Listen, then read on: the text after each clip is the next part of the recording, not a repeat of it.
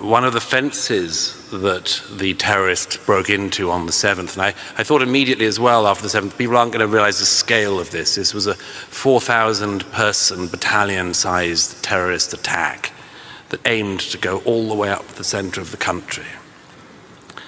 I felt rather proud, actually, to go back through that fence with the IDF when they were going into Gaza in search of the hostages.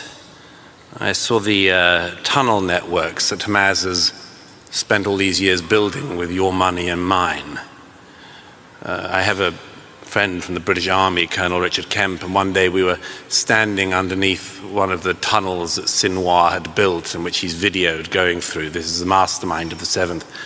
And I said to Richard, who like me is a fan of dark humor, I said, this is about the size and width of the London Underground. And he said, yeah, and I hear it's even longer than the London Underground. I had the opportunity to say, and I think it's rather better run.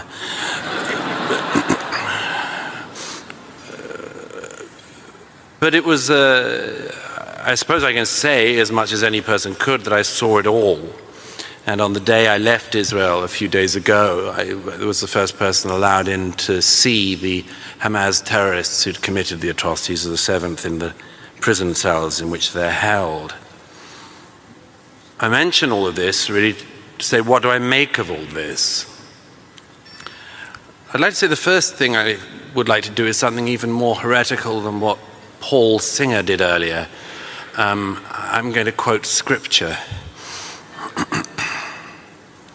I think often of the line from Deuteronomy, when God says, I've set before you life and death, blessing and cursing, therefore choose life, that you and your descendants might live. And I think also of the psalmist who said, I shall not die, but I shall live. Because when I think of the 7th now, I don't only think of the victims, I think of the extraordinary heroes.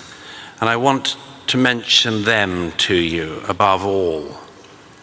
There's a young man who's a friend of mine, in his 30s. On the morning of the 7th, he woke up in Jerusalem, realized the seriousness of what was going on, got into his car, drove south, collected some guns, left a farewell message to his children and his wife on his phone,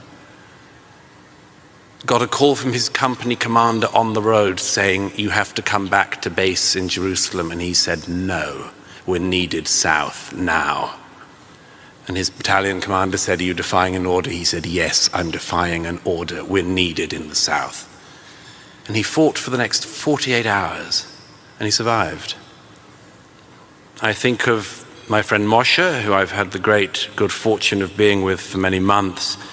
He's now my cameraman, or was from the beginning. And the first day we were together, we donned our battle armor and helmets, and on the Gaza border, and I noted that Moshe had a bullet mark down the top of his helmet, and he hadn't mentioned anything about it. I said, where's that from?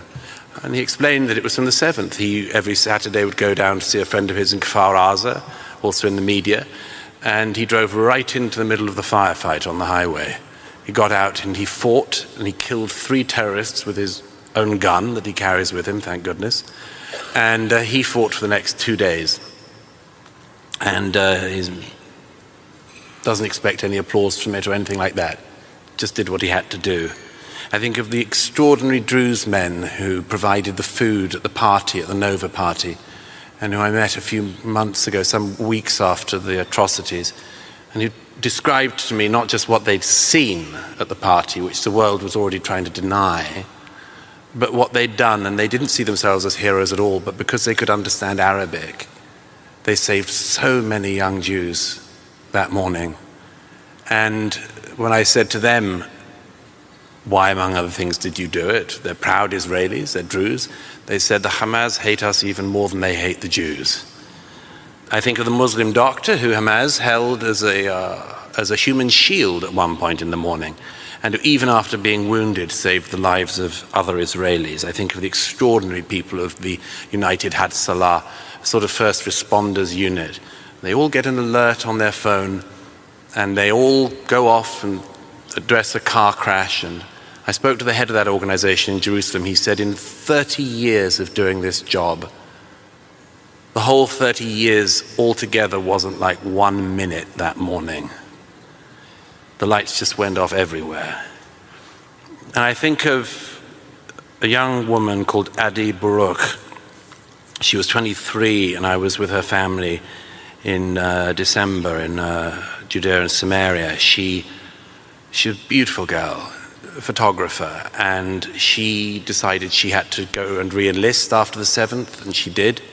Her parents begged her not to, but she said she had to. And she was killed on her first day by a rocket that landed on her in Sderot. But her parents shared with me the note that she'd left for them in case she didn't make it. And in it she said, among other things, how sorry she was. But she said, I wanted to live life, and now I want you to live it for me. I think, finally, of the extraordinary evening in November last year. I was at the Schneider Children's Hospital when the helicopters came, returning the first hostages, the first children who Hamas had stolen from their homes in the south.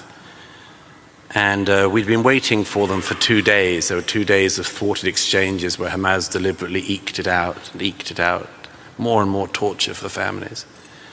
But when the helicopters emerged, there were 2 of them, and they emerged in the night sky, and the people of Tel Aviv realized what was happening, and every car stopped.